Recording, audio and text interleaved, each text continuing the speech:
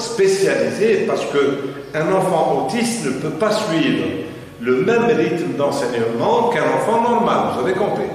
Donc on va les mettre dans des écoles spécialisées. Vous savez que nous n'avons pas dans notre pays, en Algérie encore, de prise en charge d'écoles spécialisées pour les enfants autistes. C'est très cher les écoles spécialisées. Absolument. En Algérie, Où est-ce qu'il se trouve donc il y a une école, il y a un centre spécialisé en Algérie. En Chiraga. À Chiraga, mais ça doit coûter excessivement cher. Voilà. Parce que il y a une prise en charge totale. À l'enfant, on va lui apprendre à s'asseoir. On va lui apprendre à manger. On va lui réapprendre l'orthophonie, comment parler, comment se concentrer. Et tout ça, c'est lourd. C'est une prise en charge qui est très lourde, qui demande beaucoup d'enseignants spécialisés, vous avez compris. Un enfant normal n'a besoin que d'un seul enseignant. L'enfant autiste a besoin de plusieurs enseignants. Un enseignant sportif pour lui apprendre l'articulation, comment marcher, concentrer ses efforts sur la locomotion. Ensuite, s'il y a un cas d'enfant qui n'arrive pas à tenir son stylo, donc on va lui prendre un kinésithérapeute qui va s'occuper uniquement de modeler ses gestes. Vous êtes d'accord avec moi?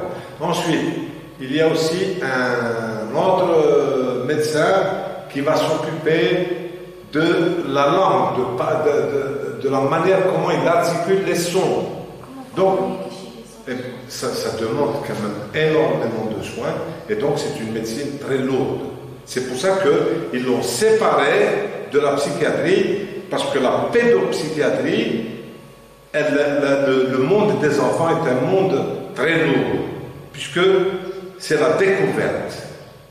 L'adulte, lui, il a déjà découvert, il a tout vu. Mais le petit enfant de 3 ans ou de 4 ans, il n'a encore rien vu. Et donc, il doit découvrir. Et il est malade.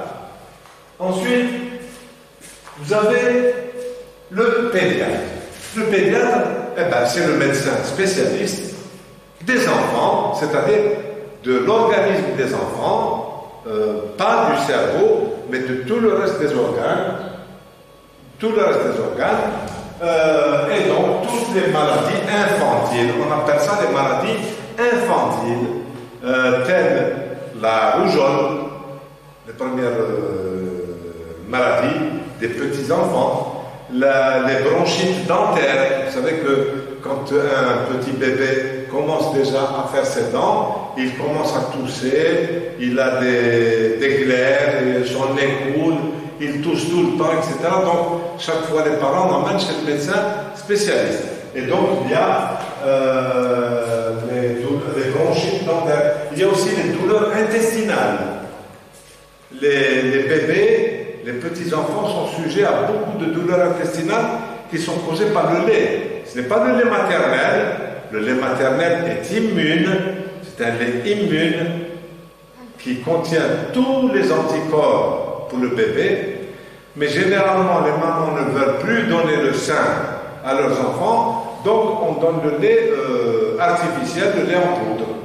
Et vous remarquerez bien que le lait en poudre, des fois, il ne convient pas à un petit enfant. Donc, c'est le médecin spécialiste qui va soigner les problèmes intestinaux et en même temps qui va changer de lait à l'enfant par rapport à sa structure, par rapport à son poids, par rapport à beaucoup de choses. D'accord?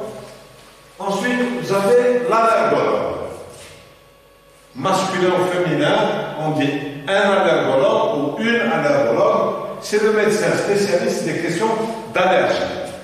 C'est-à-dire,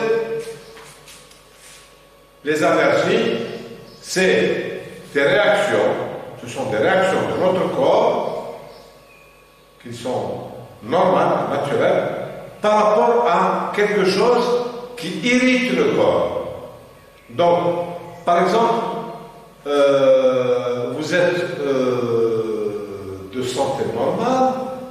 Vous allez dans un endroit où il y a beaucoup de fleurs au printemps, et au printemps, vous savez que les fleurs, elles dégagent leur pollen. Ce pollen, il va dans l'air, et nous respirons le pollen. Il y a des personnes, naturellement, qui sont allergiques au pollen des fleurs. Dès qu'elles respirent le pollen, elles commencent à tousser. Et donc, ça donne des bronchites allergiques, ça donne des rhinites, le nez qui coule tout le temps, des rhinites allergiques, des sinusites, des sinus allergiques, et donc ces allergies sont soignées par l'allergologue. Ça c'est au niveau de la respiration. Il y a aussi des allergies quand on mange. Comme les fraises. Par exemple, les fraises. Eh bien, moi, je ne suis pas allergique aux fraises. Moi, j'aime bien les fraises. Vous, vous êtes allergique. Ah. Oui. Mais il y a des gens qui sont allergiques aux fraises. J'ai une personne dans ma famille qui est très allergique aux fraises. Elle donne des boutons, ça donne des réactions de démangeaison. Il y a des allergies aux vêtements. Il y a des vêtements que nous portons, et lorsque nous les portons, ils nous donnent des allergies. Par exemple, le nylon, le tissu nylon, il y a certaines personnes qui ne peuvent pas le supporter. Donc, dès qu'elles portent du nylon, il y a des réactions sur la peau, avec des démangeaisons, etc. Les chaussettes. Vous avez compris? Donc, c'est l'allergologue, c'est le médecin spécialiste des questions d'allergie. Exemple, j'ai donné l'asthme bronchique. L'asthme, c'est une maladie allergique qui est due à quelque chose. Soit à de la poussière, ça peut être la poussière de maison, ça peut être, vous savez, dans les couvertures, il y a ce qu'on appelle des acariens. Les acariens, ce sont des petites bestioles microscopiques, on ne les voit pas, hein, mais qui sont dans les couvertures. C'est pour ça d'ailleurs que c'est bon de faire sortir un peu 2 fois par semaine les couvertures au soleil. Parce que le soleil tue tous les acariens, parce que les couvertures sont faites avec de la laine. Or, dans la laine, il y a des hacharats, des petites bestioles microscopiques que nous ne voit pas. Et lorsqu'on se couvre, on les respire. Et elles entrent dans le nez, elles nous donnent de l'allergie au niveau des bronches. Ça, donc c'est pour ça que vous voyez allergie aux vêtements, allergie aux couvertures, allergie à la nourriture, allergie à l'air. Il y a beaucoup de choses. La pollution, il y a rien. Le cancérologue, ou la cancérologue, c'est le médecin spécialiste du cancer. La HMA, vous connaissez, c'est une maladie très grave qui peut toucher tous les tissus du corps humain. Tous les tissus, tous les organes. D'accord? Bien. Ensuite, le ou la dermatologue, ça c'est l'épiderme. Une pommade dermique, c'est une pommade pour la peau. Le derme, c'est la peau.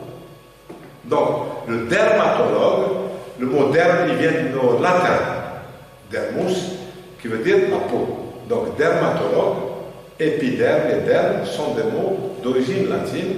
Et donc, le derme est un mot latin qui nous donne la peau. Donc, ce sont toutes les maladies de la peau. Les boutons, les verrues,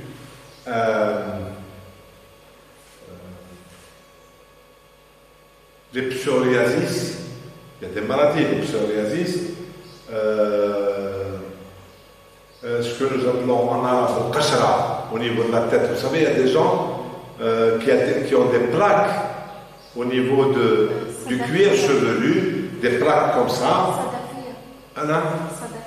Oui, voilà, où il n'y a plus de cheveux, et ce sont des plaques qui sont, disons, sèches, et donc il faut soigner et traiter.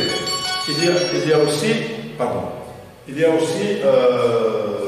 au niveau de la dermatologie, les soins, par exemple, le dermatologue est un spécialiste aussi des soins de beauté de la peau. Nous avons la partie des maladies de la peau, d'accord, mais le dermatologue aussi, il s'occupe des soins de beauté de la peau. Par exemple, je ne sais pas si vous entendez parler actuellement, à la mode, il y a des femmes et des hommes.